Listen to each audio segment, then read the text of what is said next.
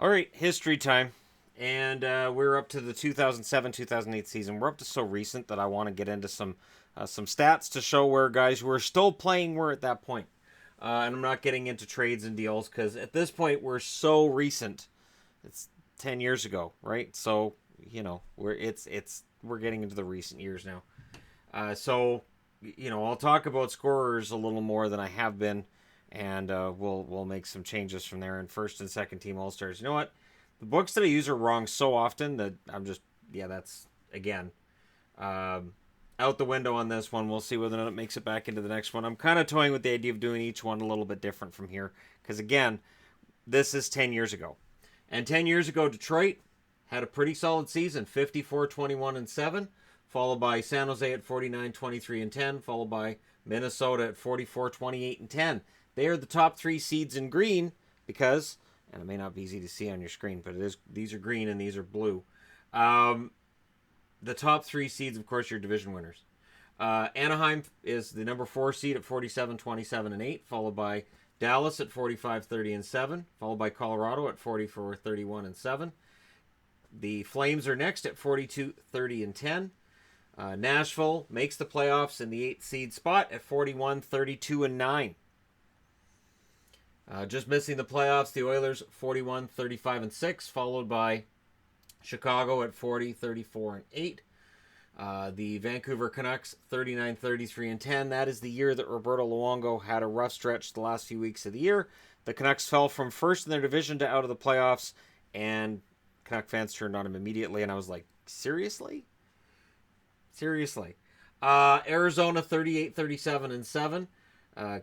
Columbus 34-36-12. St. Louis 33-36-13. LA 32-43-7. In the East, Montreal leads the way at 47-25-10, followed by Pittsburgh 47-27-8. Washington 43-31-8. New Jersey 46-29-7. The Rangers 42-27-13. Philly 42-29-11. The Ottawa Senators 43-31-8. For the record, Danny Heatley had 41 goals that year. Boston 41-29-12. Just missing the playoffs are Carolina 43-33-6, maintaining a standard in the NHL. Carolina would have made the playoffs in the West. They had one more point than Nashville. So again, no matter what area you're looking at, a team misses the playoffs that would have made it if we went 1 versus 16, but that's just a mess. I don't see the NHL ever going to that. Buffalo 39-31-12. Florida 38-35-9. Toronto 36-35-11. The Islanders 35-38-9. Atlanta 34-40-8. They're almost Winnipeg at this point. And Tampa 31-42-9. Now, scoring leaders, it's an interesting list. Alex Ovechkin had the year of all years to win the Art Ross Trophy that year. 65 goals, 47 assists, and it raised the bar so high that it almost became disappointing when he struggled to get to 50. Right, 50. That's how solid a goal scorer he's been his entire career, and I still say he's the best goal scorer I've ever seen because he's doing this while nobody else is anywhere near him. So while we talk about Gretzky and how Gretzky put up these tremendous point totals, and he was so far ahead of everybody else, so was Ovechkin.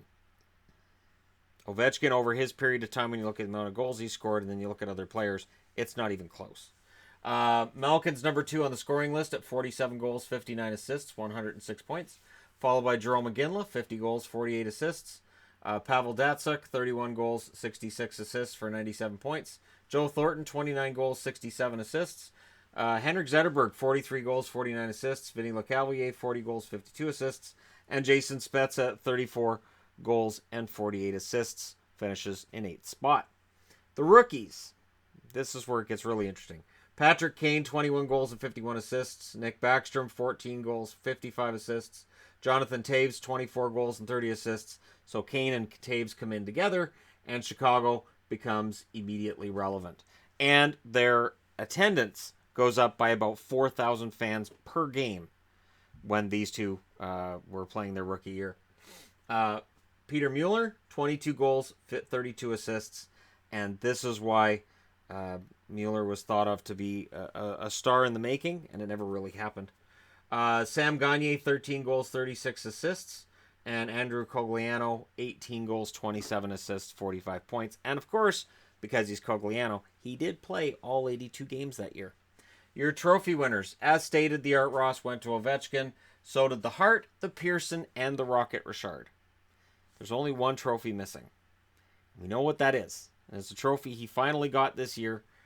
But there was a lot of talk about that and about how he was a regular season superstar, sure, but can he ever do it in the playoffs? And that was, was it fair then? No. And I did videos before he won the Cup stating it wasn't fair.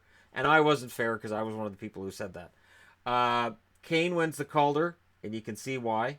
Backstrom was close, though. The Norris Trophy goes to Nick Lidstrom because he's still playing. The Vezina goes to Marty Brodeur. The Lady Byng goes to Pavel Datsyuk, as does the Selke for Best Defensive Forward in the league.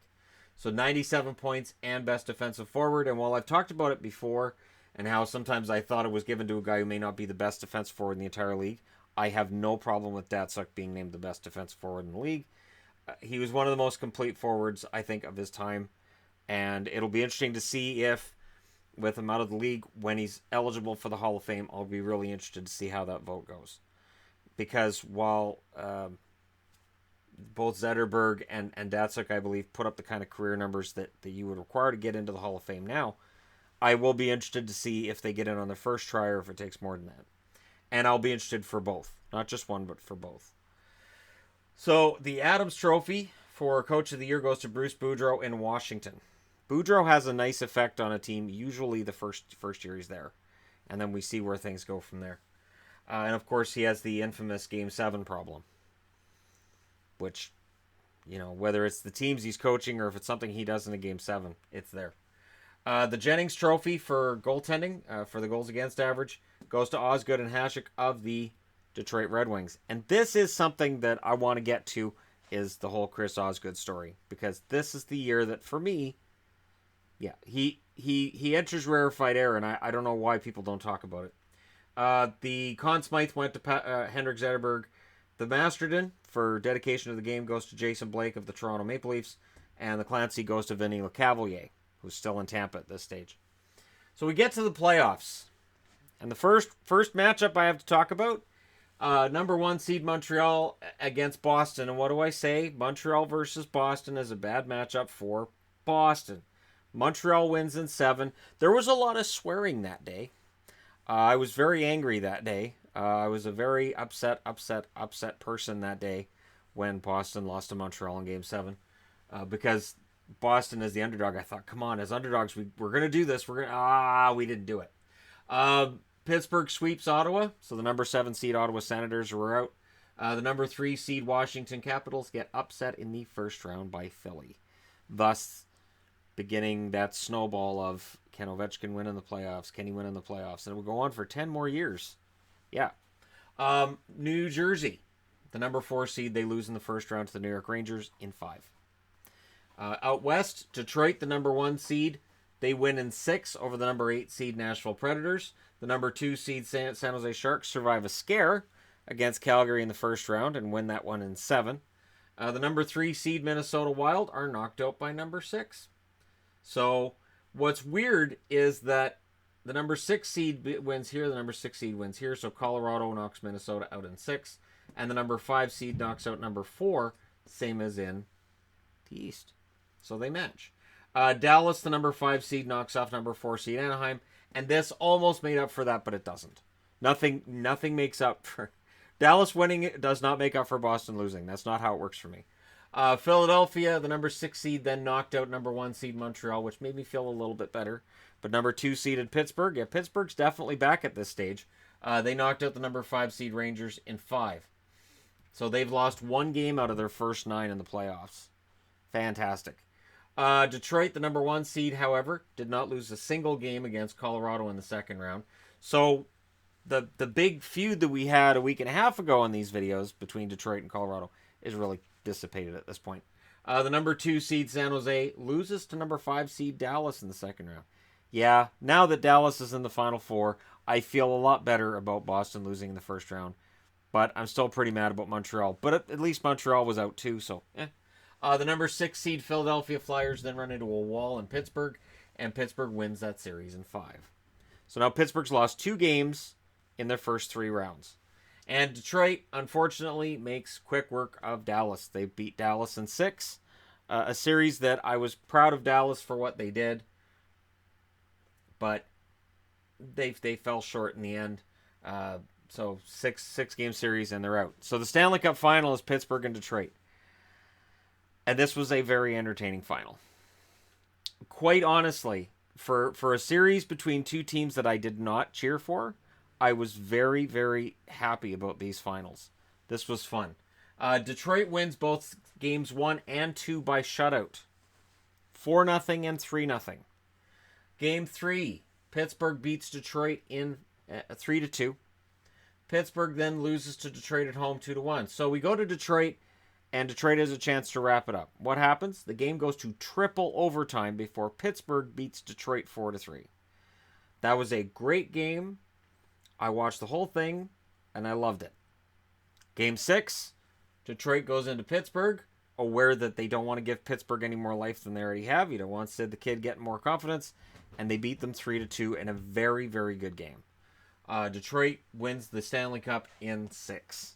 And, of course, there'd be a matchup between the two again next year. And Marian Hossa is on the Pittsburgh Penguins team that loses and signs as a free agent the next summer, a 1-year deal with the Detroit Red Wings because he wants to go to a team to win a Stanley Cup. And we'll come back to that tomorrow. Your goals leader in the playoffs with 13 is Henrik Zetterberg. Your assist leader is Crosby with 21. And Zetterberg and Crosby tie for the lead in points in the playoffs with 27. Your wins leader, there's a tie between Osgood and Fleury. Osgood got 14 because 2 of those went to Hasek. Now, Osgood put up totals of 1.55 goals against and a .930 save percentage. Fleury, 1.97 and a .933. I cannot for the life of me understand why nobody seems to think that Chris Osgood belongs in the Hall of Fame. I honestly, and I mean that. This year, you could have argued Osgood for the Conn Smythe. And there were people arguing that before it went to Zetterberg. And no argument necessarily against Zetterberg here. I'm making an argument in favor of Osgood. Osgood was fantastic. Hasek at this point, breaking down. He's not the Dominic Hasek of old because he's at that stage in his life where you just can't bounce back as quickly from injuries as you may have been able to 10 years ago. And Osgood was awesome in those playoffs. He really was.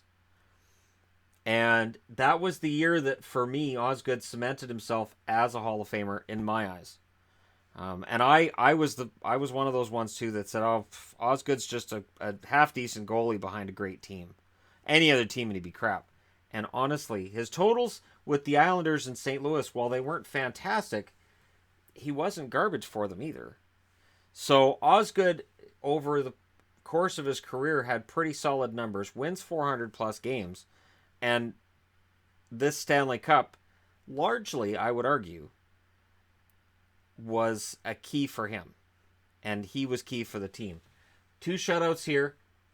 They win by a goal here. They win by a goal here. This game goes to triple overtime. This one they lose by a goal. Their goaltending played a major role for Detroit that year. But Osgood, I get it. He will likely not get that respect from the voters for the Hall of Fame for him to get in.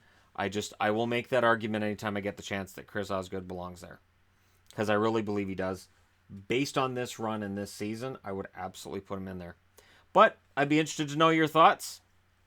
Don't forget to hit like and subscribe if you're browsed your way through, you just happened upon this video. And the 2007-2008 season, it was interesting. And the Red Wings, once again, are champs. This is the most recent Stanley Cup for Detroit, and it cements their status as the best team during that 20-year period. Because up until then, you could have argued Colorado, you could have argued Jersey, but Detroit with that win, right there. And I guess, yeah, Pittsburgh too. No, if we're going 90s, 2000s, yeah, 90s and 2000s, yeah, Pittsburgh's in there too. Yeah. Pittsburgh had that big dip, though, and then they got Crosby and Malkin out of that. All right, let me know what you guys think, because I'd be interested to know your thoughts on that too. Did this cement Detroit as the best team of those 20 years? There you go. There's a question for you guys. And once again, thank you guys so much for watching as we stroll down history lane, but history's getting a little bit more recent. So I'm getting a little more liberal in what I do and don't report. Thank you guys so much for watching, as I said, and I'll talk to you again soon.